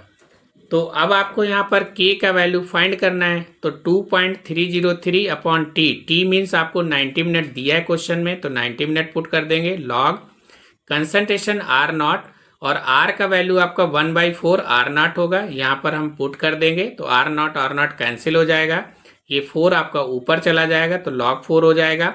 और log 4 का जो वैल्यू होता है वो आपको गिवन है क्वेश्चन में 0.6020 होता है। तो अब हम इसका जो है मल्टीप्लाई कर लेंगे तो आपका ये 1.386406 आएगा और इसको हम 90 से डिवाइड कर देंगे तो आपका यहाँ से K का value 0.0। A first order reaction takes 23.1 minutes for 50% completion. Calculate the time required for 75% completion of this reaction. तो आपको यहाँ पर log 2 का वैल्यू दिया है, log 3 का दिया है, log 4 का वैल्यू दिया है। मीन्स आपको क्वेश्चन बोला कि T50% रिएक्शन को कंप्लीट होने में 23.1 मिनट्स लगता है, तो T75% रिएक्शन को कंप्लीट होने में कितना टाइम आपको लगेगा। क्वेश्चन में 50% दिया है, तो आपको सबसे पहले आपको यहाँ पर K का वैल्यू आपको यहाँ पर फाइंड करना है। तो T हाफ का फार्मूला यूज कर सकते हो, T half equal to 0.693 upon K हो जाएगा, K equal to 0.693 upon T half और टाइम आपको यहाँ पर दिया है क्वेश्चन में 23.1, तो आपको यहाँ पर 23.1 से डिवाइड कर देंगे तो आपको यहाँ से K का वैल्यू 0.03 मिनट इनवर्स आपका यहाँ से निकल के आ जाएगा। तो सबसे पहले आपको यहाँ पर रेट कांस्टेंट K का वैल्यू आपको फाइंड करना पड़ेगा। उसके बाद में आपको यहाँ पर फाइंड करना है कि 75% रिएक्शन को कंप्लीट होने में कितना टाइम आपका यहाँ पर लगेगा। तो आपको फर्स्ट ऑर्डर रिएक्शन का फार्मूला याद रखना है, T equal to 2.303 upon K log concentration R0 upon R होता है। यहाँ पर रिड्यूस कंसंट्रेशन की बात कर रहा है, तो क्वेश्चन आपका 75% रिएक्शन कंप्लीट हो रहा है, तो इसका मतलब रिमेनिंग में आपका 100 से 75 को माइनस करेंगे तो आपका 25 बचेगा। तो ये 25 अपॉन 100 R0 है, तो ये 1/4 R0 हो जाएगा। तो R की जगह पर हम यहाँ पर 1/4 R0 जो है रिप्रेजेंट करेंगे, तो R0 कैंसिल हो जाएगा। K का वैल्यू 0.03 पुट कर देंगे तो ये आपका 4 ऊपर चला जाएगा, log 4 हो जाएगा। तो T75% equal to 2.303 upon 0.03 log 4। log 4 का वैल्यू जो होता है वो 0.6021 होता है। तो यहाँ पर हम वैल्यू पुट कर दिए, इन दोनों का मल्टीप्लाई करेंगे तो 1.386 आएगा और 0.03 से इसको हम डिवाइड करेंगे तो 46.2 मिनट आपका यहाँ से निकल के आ जाएगा। तो 75% रिएक्शन को कंप्लीट होने में जो टाइम लगेगा वो आपका 46.2 मिनट आपको यहाँ पर टाइम लगेगा। तो यही आपको क्वेश्चन में यहाँ पर कैलकुलेट करना था। कोऑर्डिनेशन कंपाउंड का मोस्ट इम्पॉर्टेंट टॉपिक जो कि आपका 100% बोर्ड एग्जाम में आपसे पूछा जाएगा। तो जैसे कि यहाँ पर आपको right the IPSC name of the following coordination compound, तो आपको यहाँ पर कोऑर्डिनेशन कंपाउंड आपको यहाँ पर गिवन है और इसका हमें यहाँ पर IPSC नेम लिखना है। तो ये आपका 1 मार्क्स में आपसे 100% आपसे पूछा जाएगा। तो इसको किस तरीके से नाम लिखते हैं तो आप इसको यहाँ से सीख सकते हैं और आप इसका जो NCERT बुक से भी प्रैक्टिस कर सकते हैं। तो जैसे कि आपका यहाँ पर PT दिया है, तो PT हमारा यहाँ पर सेंट्रल एटम होता है, तो फर्स्ट वाले को छोड़ के जो भी आपका ब्रैकेट के अंदर रहेगा वो सब आपका यहाँ पर लिगेंड रहेगा। तो जैसे कि हमें यहाँ पर पीटी का ऑक्सीडेशन स्टेट आपको यहाँ पर फाइंड करना है, तो पीटी को हमने यहाँ पर let the oxidation state of PT is x. तो आपको यहाँ पर पीटी को हमने एक्स लेट कर लिया है। NH3 का जो वैलेंसी होता है वो आपका 0 होता है और Cl का वैलेंसी -1 होता है और NO2 का जो वैलेंसी होता है वो आपका -1 होता है। तो Pt आपका x हो गया प्लस इधर आपका NH3 का 0 होता है तो 2 इंटू आपका 0 हो जाएगा प्लस आपका Cl का वैलेंसी -1 होता है और NO2 का भी वैलेंसी -1 होता है। इक्वल में आपका यहाँ पर कोई चार्ज नहीं दिया है तो आपका इक्वल में 0 रहेगा। तो ये आपका x -2 इक्वल टू 0, तो आपका x इक्वल टू +2 आपका यहाँ से ऑक्सीडेशन स्टेट आपका जो है Pt का निकल के आ जाएगा। तो जैसे कि अभी हमने आपको बताया था, इसका हम यहाँ पर नेम लिखेंगे। तो सबसे पहले यहाँ पर लिगेंड का नाम रहेगा और लिगेंड का जो भी नेम हम यहाँ पर लिखेंगे, क्योंकि NH3 भी लिगेंड है, Cl भी आपका लिगेंड है और इधर आपका NO2 भी लिगेंड है, तो अल्फ़ाबेटिक ऑर्डर में जिसका पहले फर्स्ट लेटर आएगा उसका नाम यहाँ पर हम पहले लिखेंगे। तो जैसे आपका NH3 दिया है तो NH3 आपका पहले आएगा अल्फ़ाबेटिक ऑर्डर में, तो ये आपका NH3 का होल ट्वाइज है, तो ये आपका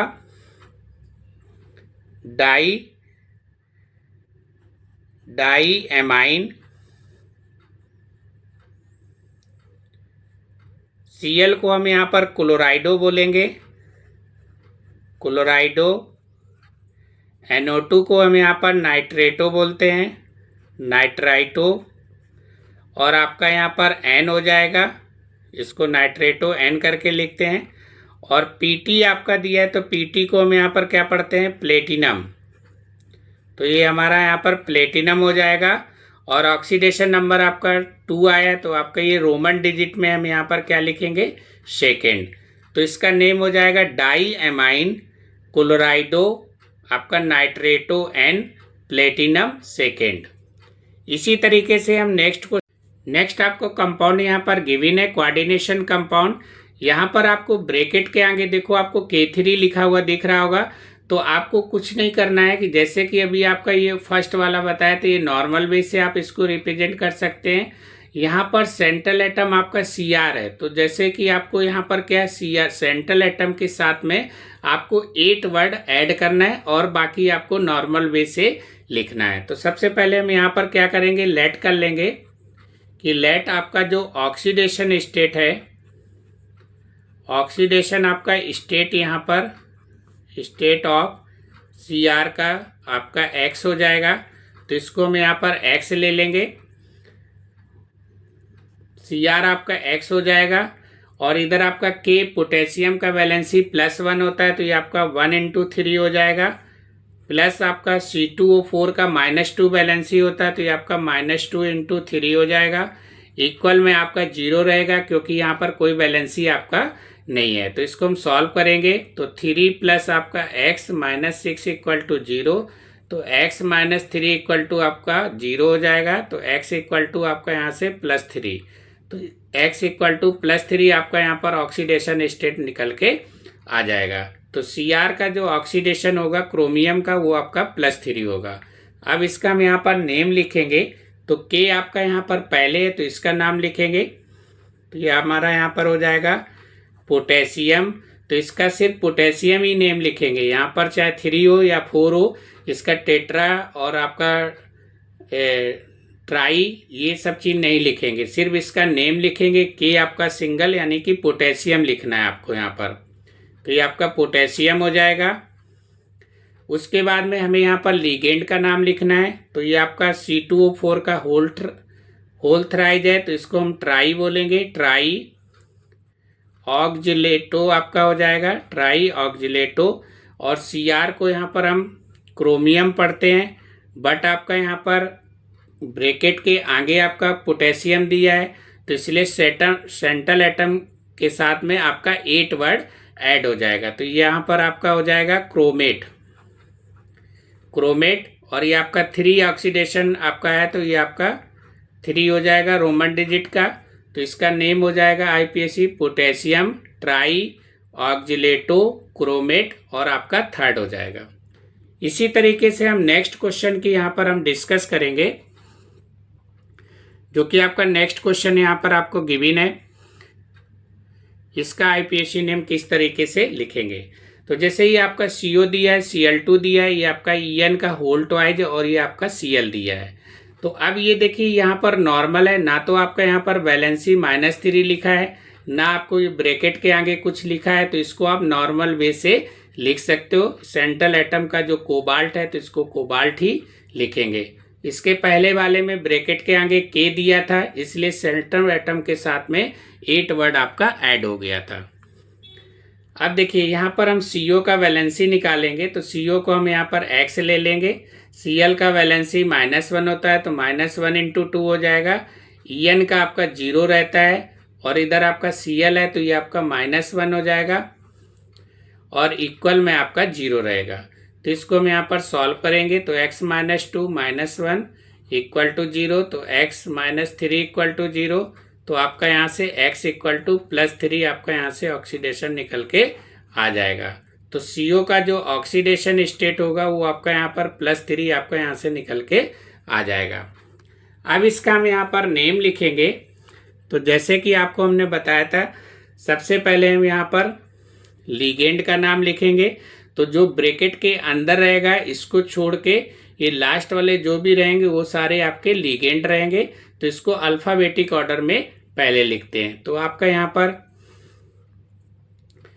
तो ये En का होल ट्वाइस दिया है और ये आपका Cl2 दिया है। तो सबसे पहले आपका यहाँ पर नेम आ जाएगा डाई क्लोराइडो। En का होल ट्वाइज है, तो यहाँ पर En वाले केस में 2 को हम 20 लिखते हैं, तो ये आपका 20 हो जाएगा। अगर होल थ्राइज होगा तो 30 हो जाएगा। यहाँ पर ट्वाइस है इसलिए 20 लिखा गया है। होल थ्राइज होगा तो आपका 30 लिखेंगे En के केस में, और बाकी केस में आपका डाई ट्राई ऐसे लिखा जाएगा। तो En का होल ट्वाइज है, तो ट्वाइस को हम यहाँ पर 20 लिखें। En का जो नेम होता है वो आपका यहाँ पर होगा इथेन 1, आपका 2 डाई एमाइन। CO को हम यहाँ पर कोबाल्ट बोलते हैं, तो ये आपका कोबाल्ट हो जाएगा। ऑक्सीडेशन स्टेट आपका यहाँ पर थर्ड आया, तो आप यहाँ पर थर्ड दिखाएंगे रोमन डिजिट में। Cl है, तो अब इसका यहाँ पर हम क्लोराइड लिखेंगे, क्लोराइडो नहीं लिखेंगे। क्या लिखेंगे? क्लोराइड, क्योंकि ये ब्रैकेट के बाहर है। अगर आपका ये Cl ब्रैकेट के अंदर है तो देखो यहाँ पर क्लोराइडो लिखा गया है, और ये ब्रैकेट के बाहर है तो आपका सिंपली क्लोराइड यहाँ पर हम इसको लिखेंगे सिंपल वे से। तो इस तरीके से ये आप यहाँ पर नेम इसका लिख सकते हो। नेक्स्ट हमारा यहाँ पर दिया है मरकरी, आपका Hg दिया है, और ब्रैकेट के आगे आपका देखो COHCN का होल 4 दिया है। तो जैसा कि अभी हमने बताया कि ब्रैकेट के आगे अगर आपका रहेगा तो CO के साथ में हम 8 वर्ड ऐड करेंगे सेंट्रल एटम के नेम में। अगर इसके आगे नहीं होगा तो आप इसको नॉर्मल इसका नेम लिख सकते हैं। तो आप सबसे पहले यहाँ पर हम ऑक्सीडेशन स्टेट निकालेंगे। तो CO आपका X हो जाएगा और Hg का जो वैलेंसी है वो आपका 1 रहेगा, तो ये इधर आपका +1 हो जाएगा। CO आपका X हो जाएगा। HCN का वैलेंसी -1 होता है, -1 × 4 होगा, इक्वल में आपका 0 रहेगा, क्योंकि यहाँ पर कोई चार्ज आपका नहीं है।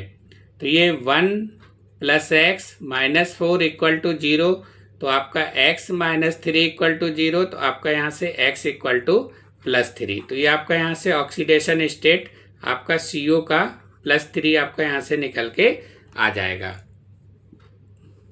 अब हम इसका नेम लिखेंगे। तो Hg को हम यहाँ पर मरकरी बोलते हैं, तो इसका नेम हो जाएगा मरकरी।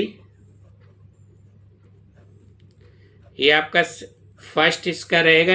Hg का जो वैलेंसी होता है वो आपका +2 होता है, बट यहाँ पर आपका +1 वैलेंसी यूज किया गया है।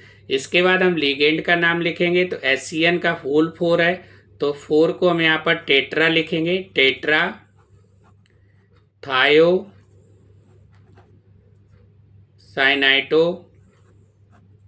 HCN को थायोसाइनाइटो बोलते हैं, ये आपका S, और CO को कोबाल्ट बोलेंगे तो ये आपका कोबाल्टेट हो जाएगा, क्योंकि आपका ये ब्रैकेट के आगे है Hg, तो इसलिए आपका कोबाल्टेट मीन्स आपका 8 वर्ड आपका ऐड हो जाएगा।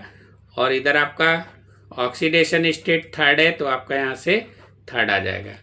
तो इसका नेम हो गया मरकरी फर्स्ट, ये टेट्रा थायोसाइनाइटो S कोबाल्टेट, और आपका थर्ड। तो ये आपका मोस्ट इम्पॉर्टेंट है, इसको याद रखिएगा। Right the formula of the following coordination compound. तो आपको यहाँ पर कोऑर्डिनेशन कंपाउंड का नेम आपको यहाँ पर गिवन है, और आपको यहाँ पर फार्मूला बताना है कि इसका फार्मूला क्या होगा, यानी कि आपको स्ट्रक्चर बताना है।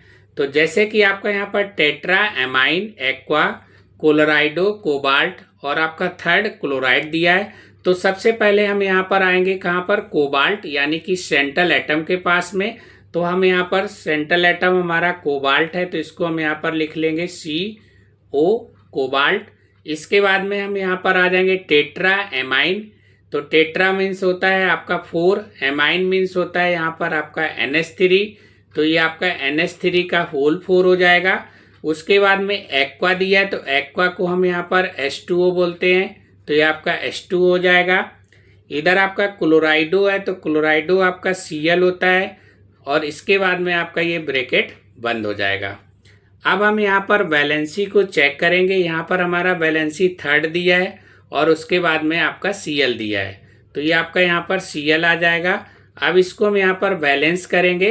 तो जैसे कि आपको पता है CO हमारा यहाँ पर X होता है, और NH3 का वैलेंसी 0 होता है, H2O का भी वैलेंसी 0 होता है, Cl का आपका -1 होता है, और यहाँ पर ये आपका Cl दिया है, तो ये भी Cl का -1 होता है।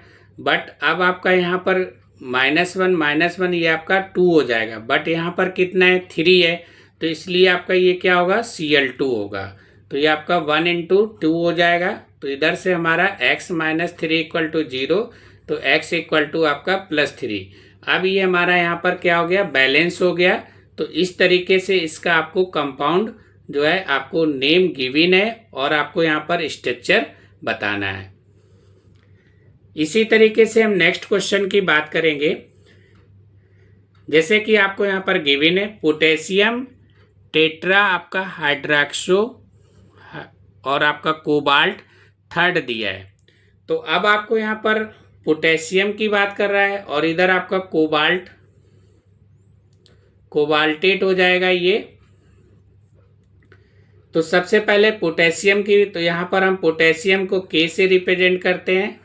उसके बाद में सेंट्रल एटम हमारे यहाँ पर कोबाल्ट, तो ये आपका कोबाल्ट मीन्स CO हो जाएगा।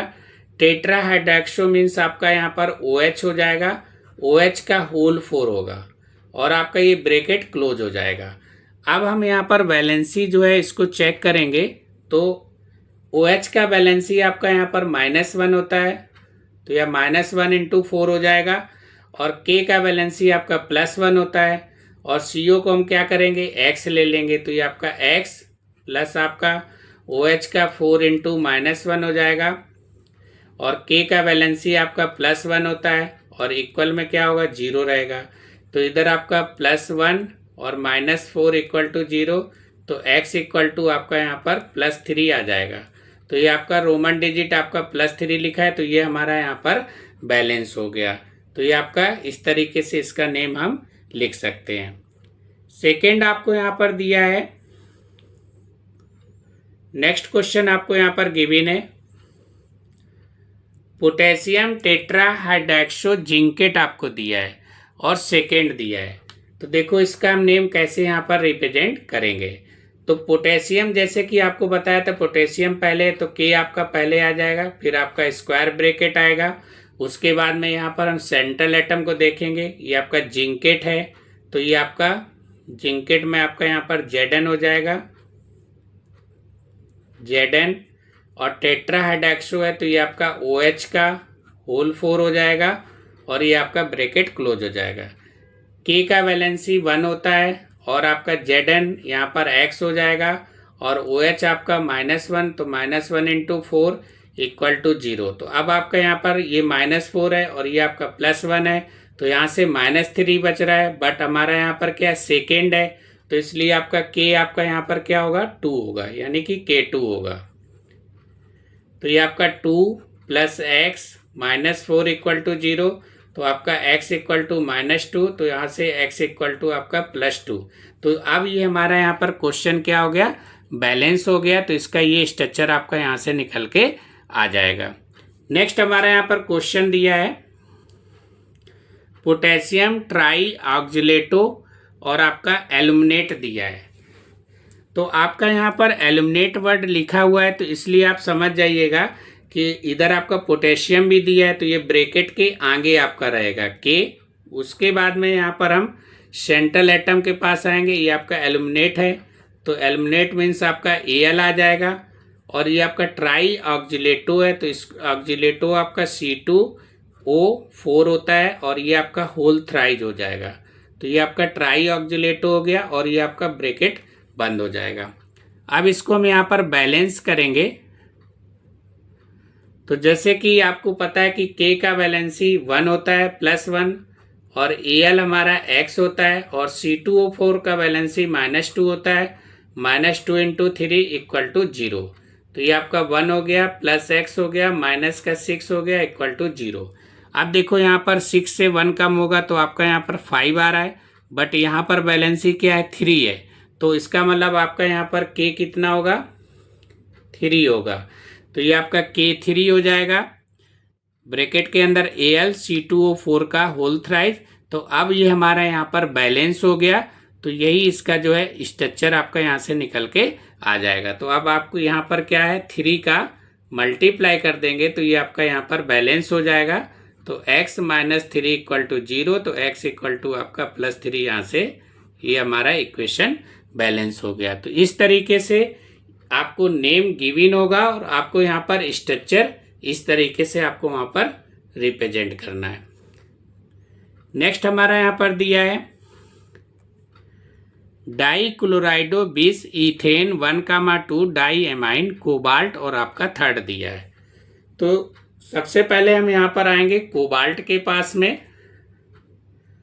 तो कोबाल्ट हमारा जो CO रहेगा, डाइक्लोराइडो आपका Cl2 हो जाएगा 20 और इथेन 1,2 डाईएमाइन। इथेन 1, डाईएमाइन का फार्मूला जो है वो आपका En होता है और 20 का मतलब होता है होल ट्वाइज, तो ये आपका En का होल ट्वाइज हो जाएगा। अब हम इसको यहाँ पर वैलेंस करेंगे तो CO हमारा x हो जाएगा, Cl का वैलेंसी -1 होता है तो -1 × 2 और En का वैलेंसी 0 होता है तो ये आपका 0 हो जाएगा = 0। अब आपका यहाँ पर दिख रहा होगा ये आपका x - 2 है, बट है हमारा यहाँ पर क्या है 3 है, तो इसका मतलब हमें यहाँ पर एक प्लस चार्ज लगाना पड़ेगा। तो ये अब हमारे यहाँ पर बैलेंस हो जाएगा। तो जो इक्वल में आपने यहाँ पर 0 लिखा था अब वो आपका यहाँ पर क्या हो जाएगा 1 हो जाएगा, क्योंकि यहाँ पर वैलेंसी आपका +1 है। तो अब हम इसको जब सॉल्व करेंगे तो x = आपका 1 + 2, तो यहाँ पर आपका 3 आ जाएगा। तो यहाँ पर ये रोमन डिजिट में आपका 3 दिया है तो ये हमारा 3 हो गया। तो ये अब हमारा यहाँ पर कंपाउंड क्या हो गया बैलेंस हो गया। तो इस तरीके से आप यहाँ पर साइड में चेक कर सकते हैं। तो इसका यहाँ से ये कंपाउंड निकल के आ गया। नेक्स्ट हमारा यहाँ पर दिया है टेट्रा, आपको निकिल 0 दिया है, टेट्रा कार्बोनेट निकिल और आपका 0। तो सबसे पहले हम कहाँ जाएंगे सेंट्रल एटम के पास में। तो ये आपका निकिल है तो निकिल को हम जो है Ni से रिप्रेजेंट करेंगे। कार्बोनिल मतलब होता है CO और टेट्रा मीन्स होता है 4, ये आपका हो जाएगा। Ni को हम X लेंगे और CO का वैलेंसी 0 होता है, इक्वल में 0 रहेगा। तो यहाँ पर X का जो वैलेंसी है वो आपका 0 आएगा। तो ये ऑलरेडी यहाँ पर देखो आपका 0 लिखा हुआ है, तो ये आपका न्यूट्रल कंपाउंड है, इसमें यहाँ पर कोई भी चार्ज नहीं है। तो ये हमारा यहाँ पर बैलेंस हो गया। तो इस तरीके से हम यहाँ पर इसका जो है आपको IPAC नेम गिवन होगा और स्ट्रक्चर कैसे फाइंड करना है तो आप इस तरीके से फाइंड कर सकते हो और भी क्वेश्चन का प्रैक्टिस कर सकते हो। Using valence bond theory COF6 और इधर आपका -3 दिया है। Right IUPAC name. Second point है ज्योमेट्री ऑफ कॉम्प्लेक्स और थर्ड पॉइंट है आपका यहाँ पर मैग्नेटिक बिहेवियर। तो सबसे पहले यहाँ पर जो आपको कंपाउंड गिवन है तो इसका यहाँ पर हम ऑक्सीडेशन नंबर फाइंड करेंगे। तो आपका जो CO है वो हमारे यहाँ पर सेंट्रल एटम है और जो आपका फ्लोरीन है F आपका जो गिवन है वो हमारे यहाँ पर लीगेंड है। तो हम लेट कर लेंगे, let the oxidation state of CO is X। तो आपका CO को हमने यहाँ पर X मान लिया है। फ्लोरीन का जो वैलेंसी होता है वो आपका -1 होता है तो -1 × 6 हो जाएगा। इधर आपका ब्रैकेट में आपका -3 है तो इक्वल में आपका -3 हो जाएगा। अगर आपका यहाँ पर +2 होगा तो +2 हो जाएगा। अगर आपका यहाँ पर कोई वैलेंसी नहीं होगा तो इक्वल में आपका 0 रहेगा। तो ये आपका x - 6 = -3 होगा। तो x = -3 प्लस आपका 6 तो आपका यहाँ से +3 आ जाएगा। तो x = +3 जो कि CO का यहाँ पर ऑक्सीडेशन नंबर आपका निकल के आ जाएगा। तो hence CO is the present in the +3 oxidation state. अब हम इसका यहाँ पर IUPAC नेम लिखेंगे। तो IUPAC नेम लिखने के लिए आपको सबसे पहले लिगेंड का नाम लिखेंगे, उसके बाद में यहाँ पर हमारा सेंट्रल एटम का नाम होगा। तो जैसे कि आपको बताया तो यहाँ पर लिगेंड आपके 6 हैं तो 6 को हम हेक्सा बोलते हैं और F को यहाँ पर फ्लोराइडो लिखेंगे और CO आपका यहाँ पर कोबाल्ट। अगर आपका यहाँ पर ये वैलेंसी -3 नहीं होता तो आपका इसका नाम कोबाल्ट होता। अब यहाँ पर वैलेंसी -3 है तो इसलिए आपका यहाँ पर 8 वर्ड आपका लास्ट में ऐड हो जाएगा। तो इसको यहाँ पर हम कोबाल्टेट और ये आपका 3 + 3 है तो आपका ये रोमन डिजिट में आपका +3 इसको यहाँ पर लिखेंगे। तो इसका एग्जैक्ट IUPAC नेम हो जाएगा हेक्सा फ्लोराइडो कोबाल्टेट और आपका थर्ड आयन हो जाएगा। अब इसका यहाँ पर हम सेकेंड पॉइंट आपको जो है ज्योमेट्री ऑफ कॉम्प्लेक्स बताना है। तो इसमें हम यहाँ पर कोबाल्ट का आपको एटॉमिक नंबर याद रखना है कि 27 होता है। तो इसका यहाँ पर हम इलेक्ट्रॉनिक कॉन्फ़िगरेशन करेंगे 1s², 2s² 2p6 और आपका 3s² और 3p6 और आपका 4s² और 3d7। तो ये टोटल आपका 27 हो जाएगा। इधर आपका CO +3 जो कि आपने ऑक्सीडेशन नंबर +3 फाइंड किया ऊपर, तो यहाँ से आपका +3 कम हो जाएगा। तो ये आपका लास्ट में कम होगा 4s2 से और आपका 3d7 से होगा। इधर से आपका कोई लेना देना नहीं है। तो ये आपका 4s² और 3d7 आपको याद रखना है। तो हमें यहाँ पर +3 इलेक्ट्रॉन को कम करना है। तो ये आपका 4s0 तो यहाँ से 2 इलेक्ट्रॉन कम हो गया और 1 इलेक्ट्रॉन आपका D से कम हो जाएगा। तो ये आपका 3d6 हो जाएगा। तो ये 3d6 को ही आपको यहाँ पर 6 इलेक्ट्रॉन को यहाँ पर क्या करना है, फिल करना है। तो जैसे कि आपका D ऑर्बिट में आपका 5 होते हैं, 5 ऑर्बिट होंगे और S में आपका 1 होगा और P में आपका 3 ऑर्बिट होते हैं। तो इधर टोटल इलेक्ट्रॉन आपका 6 है। तो पहले यहाँ पर सिंगल सिंगल इंटर करेगा, उसके बाद में आपका डबल डबल इंटर करेगा। 4s आपका 0 है तो ये आपका ब्लैंक रहेगा, P भी आपका ब्लैंक रहेगा। यहाँ पर जो F है हमारा लिगेंड है तो ये हमारा यहाँ पर वीक फील्ड लिगेंड है। तो ये आपस में क्या पेयर नहीं करेगा, तो इट डज नॉट पेयर्ड। तो ये जैसा आपका यहाँ पर फिल है ऐसा ही आपका एज इट इज आपका यहाँ पर भी फिल रहेगा। तो आपके लिगेंड टोटल कितने थे, यहाँ पर 6 लिगेंड थे। तो आपको 4s में जो है एक F भरेंगे और P में आपका 3 हो जाएगा और इधर आपको 4d लेना पड़ेगा क्योंकि आपका लिगेंड एक्स्ट्रा है। तो ये आपका D में 2 लिगेंड्स आ जाएंगे। तो S में आपका 1 है तो इसलिए S1 हो गया, P में आपका 3 है तो P3 हो गया और D में आपका 2 है तो आपका D2 हो जाएगा। तो इसका sp3d2 हाइब्रिडाइजेशन जो कि इसका ज्योमेट्री रहेगा ऑक्ट्राहेड्रल। अब हम यहाँ पर बात करेंगे नेचर का। तो ये आपका आउटर ऑर्बिटर रहेगा, इसका हाई स्पिन रहेगा और मैग्नेटिक बिहेवियर की बात करेंगे तो यहाँ पर नंबर ऑफ अनपेयर्ड इलेक्ट्रॉन जो कि आपको यहाँ पर 4 है तो इसलिए आपका ये पैरामैग्नेटिक हो जाएगा।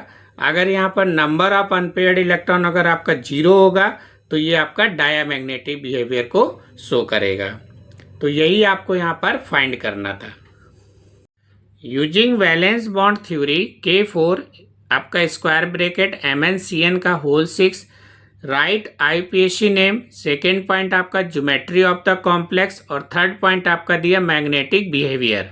तो आपका ये मोस्ट इंपॉर्टेंट क्वेश्चन है जो कि आपका 3 मार्क्स में पूछा जाएगा। तो सबसे पहले हम यहाँ पर आपको जो है क्वेश्चन पूछ रहा है कि राइट द IUPAC नेम। तो हमें यहाँ पर ऑक्सीडेशन नंबर आपको यहाँ पर फाइंड करना पड़ेगा। तो जैसे कि आपको यहाँ पर ये कंपाउंड गिवन है तो K का वैलेंसी आपको याद रखना है +1 होता है। Mn हमारा यहाँ पर सेंट्रल एटम है और Cn आपका यहाँ पर लीगेंड है। तो Cn का जो वैलेंसी है वो आपका -1 होता है और K का वैलेंसी +1 होता है और Mn का आपका यहाँ पर ऑक्सीडेशन नंबर फाइंड करना है। तो सबसे पहले हम यहाँ पर let the oxidation state of Mn is X। तो यहाँ पर Mn को हमने X लेट कर लिया है। तो K का वैलेंसी 1 होता है तो 1 × 4 हो गया प्लस आपका X हो गया, Mn का X आ जाएगा। Cn का -1 होता है तो -1 × 6 हो जाएगा। इधर आपका कोई चार्ज नहीं है तो ये आपका इक्वल में 0 रहेगा। तो इसको हम सॉल्व कर लेंगे। 4 + x - 6 = 0। तो x = +2 आपका यहाँ से ऑक्सीडेशन नंबर निकल के आ जाएगा। तो Mn का जो ऑक्सीडेशन नंबर है वो आपका +2 आपका यहाँ से फाइंड हो जाएगा। अब हम इसका नाम लिखेंगे। तो आपको याद रखना है कि ब्रैकेट के आगे यहाँ पर K दिया है तो आपको सेंट्रल एटम के साथ में Mn के साथ में आपको यहाँ पर 8 वर्ड ऐड करना है लास्ट में। अदरवाइज आपको जो है नॉर्मल वे से इसका नाम लिख सकते हैं। तो जैसे कि यहाँ पर K है, K पहले ब्रैकेट में तो इसका पहले नाम हम यहाँ लिखेंगे पोटेशियम हो जाएगा। इसके बाद में लिगेंड का नाम लिखेंगे तो आपका Cn है, Cn को हम साइनो बोलते हैं और 6 है तो इसलिए हेक्सा हो जाएगा। तो हेक्सा साइनो हो गया। फिर आपका सेंट्रल एटम का नेम लिखेंगे Mn जो कि आपका मैग्नेट हो जाएगा और इधर आपका ऑक्सीडेशन नंबर सेकेंड है तो आपका यहाँ पर रोमन डिजिट में सेकेंड लिखेंगे ब्रैकेट के अंदर। तो इसका नेम हो गया पोटेशियम, हेक्सा, साइनो और आपका मैग्नेट सेकेंड। अब हम यहाँ पर सेकेंड पॉइंट की बात करेंगे जो कि आपसे क्वेश्चन पूछ रहा है ज्योमेट्री ऑफ कॉम्प्लेक्स। तो सबसे पहले हम यहाँ पर Mn का जो है एटॉमिक नंबर आपको याद रखना है कि Mn का एटॉमिक नंबर हमारे यहाँ पर 25 होता है। तो इसका हम इलेक्ट्रॉनिक कॉन्फ़िगरेशन करेंगे 1s², 2s², 2p6, 3s², 3p6, 4s² और आपका 3d5। तो यहाँ पर हम अगर टोटल काउंट करेंगे तो 6 + आपका ये 4 10 हो गया, 10 + 2 12, 12 + 6 आपका 18, 18 + 2 आपका 20 और 20 में 5 ऐड करेंगे तो आपका 25 हो जाएगा। अभी हमने यहाँ पर ऑक्सीडेशन नंबर आपका +2 निकाला था ऊपर तो आपका यहाँ पर Mn पे ये +2 हो जाएगा। तो लास्ट में आपको यहाँ पर +2 क्या करना है, कम करना है। तो ये 4s2 था तो ये आपका 4s0 हो जाएगा और आपका 3d5 होगा। तो अब आपको ये वाला लास्ट वाले पॉइंट को आपको याद रखना है, इसी को आपको यहाँ पर शो करना है। तो ये हमारा 3d है, 3d में आपका 5 ऑर्बिट होते हैं तो यहाँ पर 5 ऑर्बिट हो गए। आपका 4s है, s में आपका 1 ऑर्बिट होता है और p में आपका 3 ऑर्बिट होता है। तो यहाँ पर आपका d में 5 इलेक्ट्रॉन्स है तो इसमें आपका सिंगल सिंगल इंटर करेगा। अब हम यहाँ पर आपको याद रखना है कि जो Cn हमारा यहाँ पर गिवन था क्वेश्चन में, जो Cn आपका लिगेंड था तो Cn एक स्ट्रॉन्ग फील्ड लिगेंड है। तो इसलिए क्या है, ये जो आपका सिंगल सिंगल था तो ये आपस में क्या करेगा, पेयर बना लेगा। तो ये आपका यहाँ पर ये पेयर के फॉर्म में यहाँ पर ये एडजस्ट हो जाएगा। अब आपके लिगेंड टोटल 6 थे तो आप यहाँ पर 6 लिगेंड को फिल कर सकते। ये आपका 1 हो गया, 2 हो गया, 3, 4, 5 और 6। तो यहाँ पर आपका ये जो 3d है तो d में आपके 2 है लिगेंड तो आप इसलिए आपका d2 हो गया। s में आपका 1 है तो इसलिए सिंगल s हो गया और p में आपके 3 लिगेंड है तो इसलिए आपका p3 हो गया। तो इसका जो ज्योमेट्री आ जाएगा d2sp3 हाइब्रिडाइजेशन, जिसको हम यहाँ पर ऑक्टाहेड्रल के नेम से जानते हैं। तो ये आपका यहाँ से ऑक्टाहेड्रल की आपका यहाँ पर ज्योमेट्री बन जाएगी। थर्ड पॉइंट आपसे पूछ रहा है कि मैग्नेटिक बिहेवियर। तो आपको यहाँ पर याद रखना है कि number of unpaired electron is 1 है आपका यहाँ पर। वैसे तो ये आपका अनपेयर्ड इलेक्ट्रॉन नहीं रहेगा बट इन केस ये आपका एक्सेप्शन केस है तो इसलिए आपका यहाँ पर ये पैरामैग्नेटिक हो जाएगा। अदरवाइज आपका नंबर ऑफ अनपेयर्ड इलेक्ट्रॉन अगर जीरो होगा तो इसको हम यहाँ पर क्या होगा, डायामैग्नेटिक हो जाएगा।